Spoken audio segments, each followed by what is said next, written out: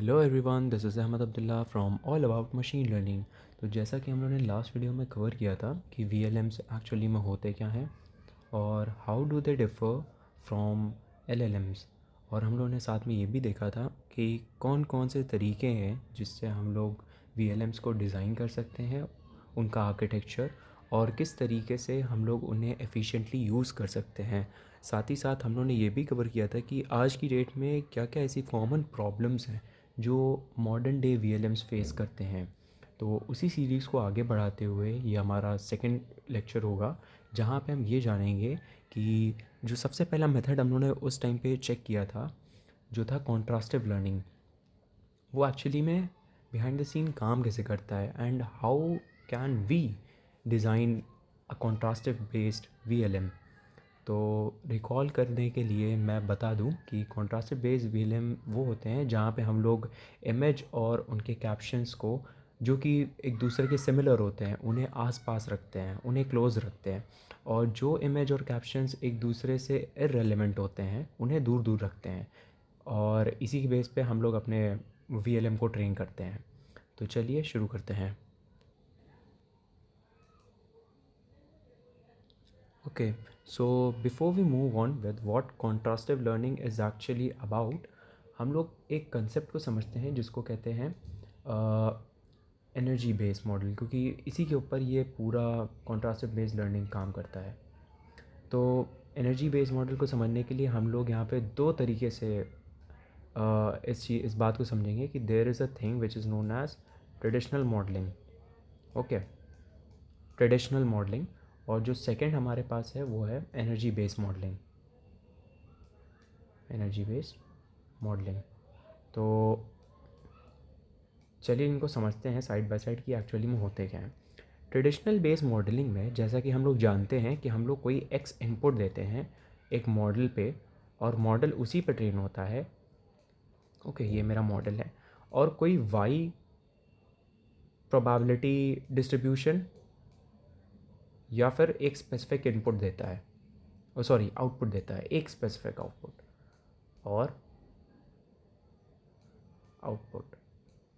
ठीक है, तो इसको थोड़ा सा और डेप्थ में समझते हैं। मान लीजिए मैंने एक मॉडल में एक एक मॉडल को मैंने एक इमेज पे ट्रेन किया।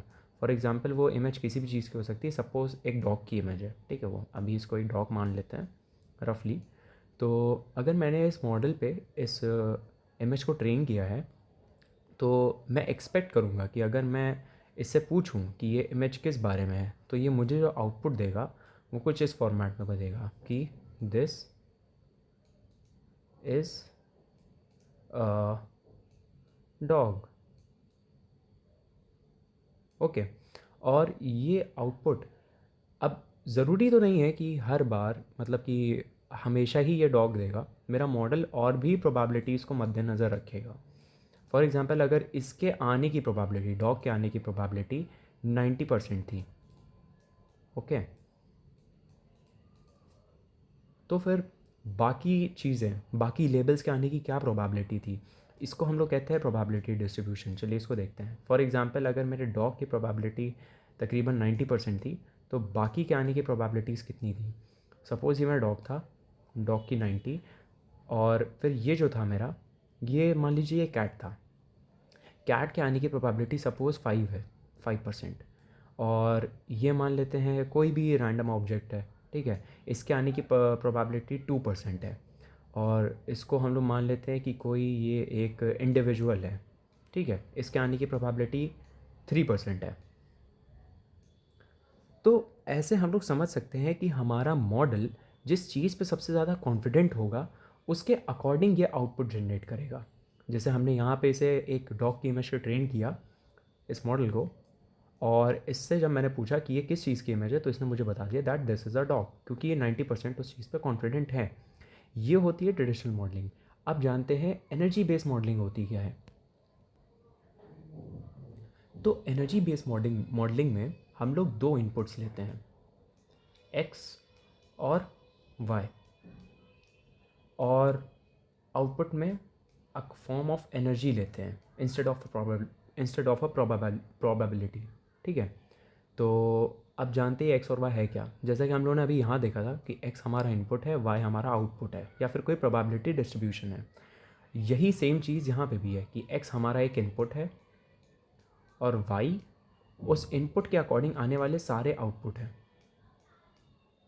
और ये ई इन्हीं दोनों के रिलेशन का एक एनर्जी स्कोर है। स्कोर तो अभी आप लोगों को एक चीज़ क्लियर हो गई होगी कि ईवीएम में इनपुट क्या है और आउटपुट क्या है। आप समझते हैं कि ईवीएम काम किस बेस पे करता है। जैसे कि हम लोगों ने ट्रेडिशनल मॉडलिंग में देखा कि एक स्पेसिफिक इनपुट के लिए एन नंबर ऑफ आउटपुट्स आ सकते हैं और उसमें से जो बेस्ट प्रोबेबिलिटी पर आउटपुट एग्जिस्ट करता है वो हम उसको कंसिडर करते हैं। बट यहाँ हम लोग क्या करते हैं ना, instead of considering the highest probability, हम लोग यहाँ पे हर एक पॉसिबल आउटपुट को इनपुट के साथ रिलेट करते हैं और चेक करते हैं कि कौन सा आउटपुट इनपुट के साथ बेस्ट मैच कर रहा है। और जो सबसे बेस्ट मैच करेगा हम लोग उसको एक एनर्जी स्कोर देंगे जो कि सबसे लीस्ट होगा। जितना लीस्ट एनर्जी स्कोर उतना बेस्ट।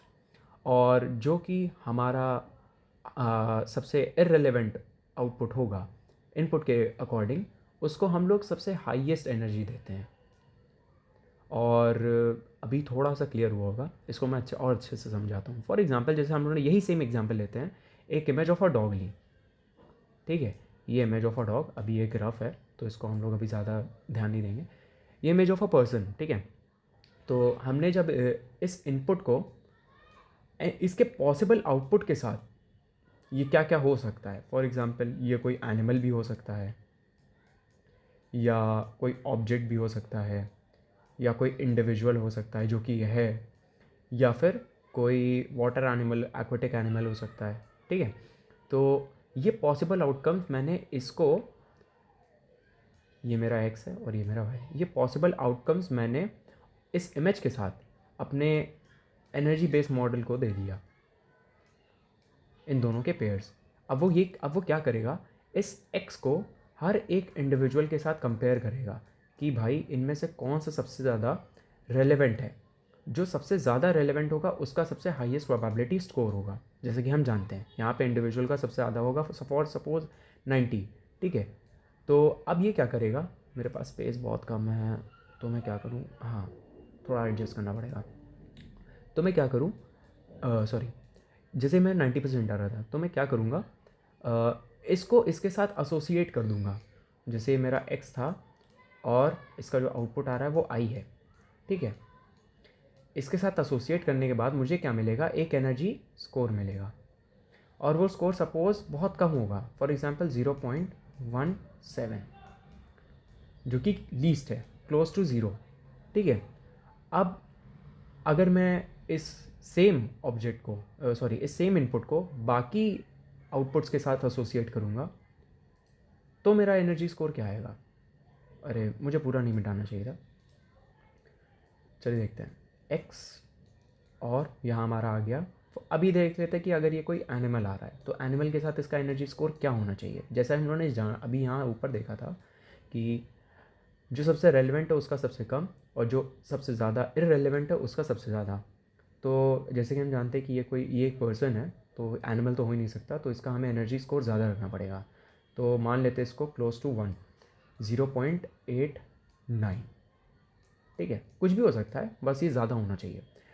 तो यहाँ से हम ये देख पा रहे हैं कंपैरेटिवली कि जो लाइक आउटकम्स हैं उनकी एनर्जी स्कोर हाई है और जो डिसलाइक आउटकम्स हैं उनकी एनर्जी स्कोर लो है।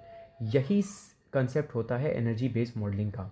ट्रेडिशनल मॉडलिंग के कंपैरिजन में ये भी एफिशिएंट है, बट इसके बहुत से ड्रॉबैक्स हैं, वो भी हम आगे कवर करेंगे। और यही मेन कंसेप्ट हम लोग VLMs में यूज़ करते हैं। इसलिए मुझे ये समझाना ज़रूरी था, क्योंकि हम लोग आगे VLMs में जितनी बात करेंगे एनर्जी बेस पे, वो उसका बेस यही होगा, EBMs, ठीक है। तो ये था ट्रेडिशनल मॉडलिंग और EBMs के बारे में। अब मैं इसको मिटा देता हूँ क्योंकि एक चीज़ और है जो मुझे डिस्कस करनी है कि अभी ये तो था कि EBMs एक्चुअली में काम कैसे करते हैं, एनर्जी हाई, एनर्जी लो। अब बात करते हैं एनर्जीज़ किस फॉर्म में रिप्रेजेंट होती हैं। आप लोगों ने अगर ग्रेडियंट बूस्टिंग के बारे में पढ़ा है तो आप लोगों के लिए ये समझना आसान होगा, ठीक है। ये एक स्टीप है और ये उसका एक हिल है, और सॉरी वो एक स्टेप था, ये उसका हिल है और ये सबसे स्टीपेस्ट ग्राउंड है, और ये वापस हम लोग नॉर्मल पे आ गए, ठीक है।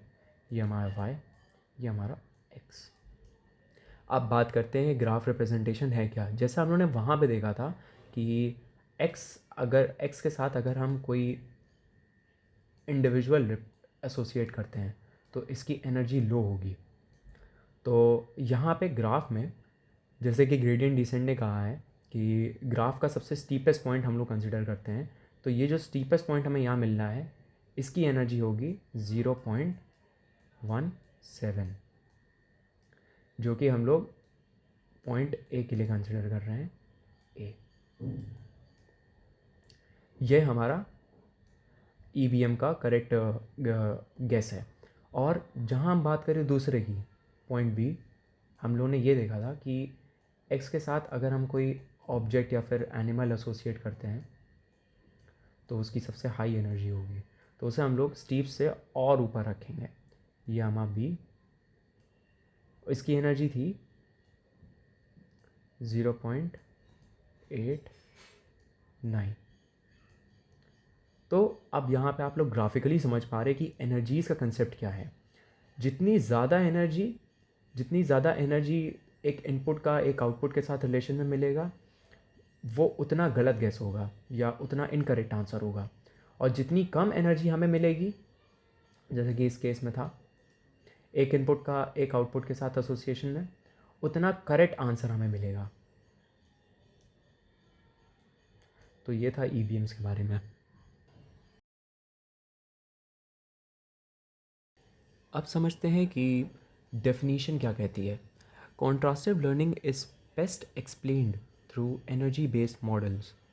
A model, E theta, acts like a judge that scores how plausible any input is.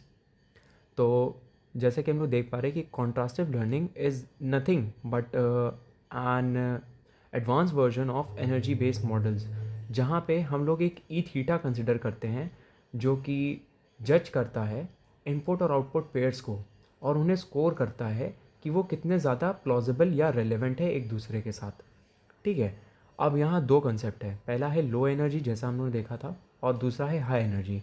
Low energy का मतलब ये होता है कि रियल और मैचिंग डेटा है, यानी कि जज कॉन्फिडेंट है कि ये डेटा करेक्ट है।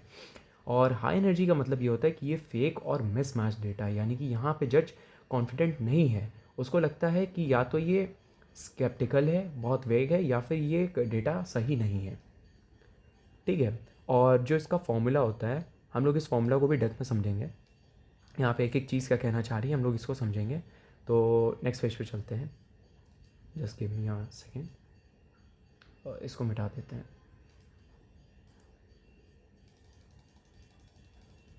हाँ, तो नेक्स्ट पेज पे चलते हैं। तो जैसा कि हम लोग अभी हम लोग ने देखा कि ये जो फॉर्मूला जो कहता है दैट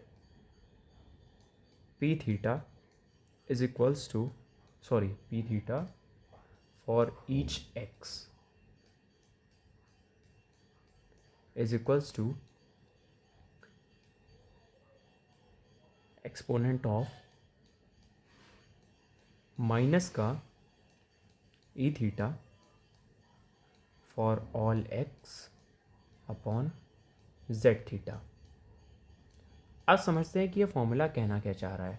तो अगर आप लोग फेमिलियर हों कि ये फॉर्मूला बेसिकली बोल्ट्जमैन रिप्रेजेंटेशन को दर्शाता है।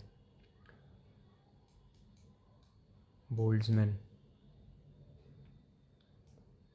अगर आप लोग इस नाम से फेमिलियर हैं तो आपको पता होगा कि बोल्ट्जमैन भी एनर्जी बेस्ड मॉडलिंग पे ही काम करता है, बट अभी हम लोग यहाँ पे बोल्ट्जमैन की बात नहीं करेंगे और समझते हैं कि ये पी थीटा एक्स एक्चुअली में है क्या। तो ये प्रोबेबिलिटी डिस्ट्रीब्यूशन होता है p x for all x, where we can see that we have an exponential exponential form of all the energies over x, ठीक है। तो ये वो सारी एनर्जी के पेयर्स हैं, चाहे वो पॉजिटिव हो, सॉरी चाहे वो ज़्यादा हो चाहे वो कम हो, ठीक है। जैसे कि हम लोगों ने भी देखा था कि हर एक पेयर का जो लाइक है उसकी एनर्जी लो आ रही थी, और जो अनलाइक है या जो इररिलेवेंट है उनकी एनर्जीज बहुत ज़्यादा हाई आ रही थी। अगर हम लोग सपोज़ यहाँ पे इन्हीं लाइक्स और अनलाइक्स को रखते हैं, उनका नेगेटिव करते हैं और उनकी एक एक्सपोनेंशियल वैल्यू निकालते हैं, तो वो बहुत ज़्यादा आएगी। फॉर एग्ज़ाम्पल अगर मैं बात करूँ इसकी एक्सपोनेंशियल ऑफ, जैसे हम लोगों ने लाइक में देखा था 0.17 आया था, ठीक है। यहाँ ये बहुत गंदा लग रहा है बट यहाँ मैं अभी देख के बताता हूँ। तो हम लोग इसका अगर नेगेटिव ले लेते हैं 0.17 का और इसका एक्सपोनेंशियल निकालेंगे तो वो लमसम अराउंड 0.83 आएगा, ठीक है। तो ये जो हमारा 0.83 आया है वो बहुत ज़्यादा है। आप लोग देख पा रहे हैं कि जीरो माइनस का 0.17 और 0.83 में कितना फासला है, ठीक है। और यही सेम चीज़ अगर हम लोग इस पर भी अप्लाई करेंगे 0.89 पे, तो इसकी वैल्यू जो आएगी वो मैं यहाँ लिख लेता हूँ, ई का माइनस का 0.89, ठीक है। तो अगर इसकी वैल्यू हम लोग चेक करें तो मैं साइड बाय साइड चेक कर लेता हूँ इसकी वैल्यू कितनी आएगी। 0.89, तो इसकी वैल्यू जो आ रही है वो आ रही है 0.41, जो कि कंपैरेटिवली कम है इसके। तो हम लोग इसको कंसिडर करेंगे ना कि इसे, ठीक है। तो इससे हम लोग प्रोबेबिलिटी डिस्ट्रीब्यूशन निकाल सकते हैं सभी का। और जेड थीटा क्या कहता है? Z theta actually represents or requires the summing of over every possible x, literally every conceivable data point, ठीक है। इसको थोड़ा सा समझते हैं कि जेड थीटा है क्या। हम लोग यहाँ पे एक इंडिविजुअल की बात कर रहे थे न्यूमरेटर में, ठीक है। यहाँ हम लोग सबकी बात कर रहे हैं जितना भी है, ठीक है।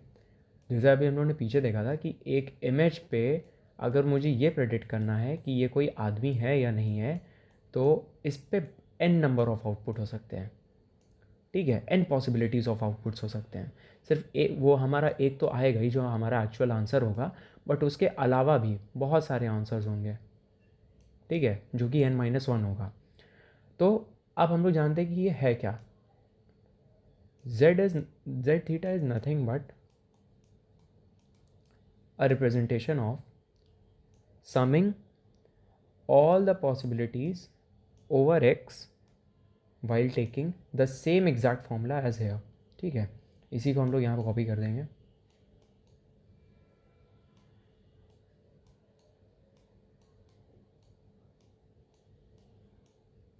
तो ये हमारा z थीटा है और ये हमारा एक प्रोबेबिलिटी डिस्ट्रीब्यूशन फॉर x है, ठीक है।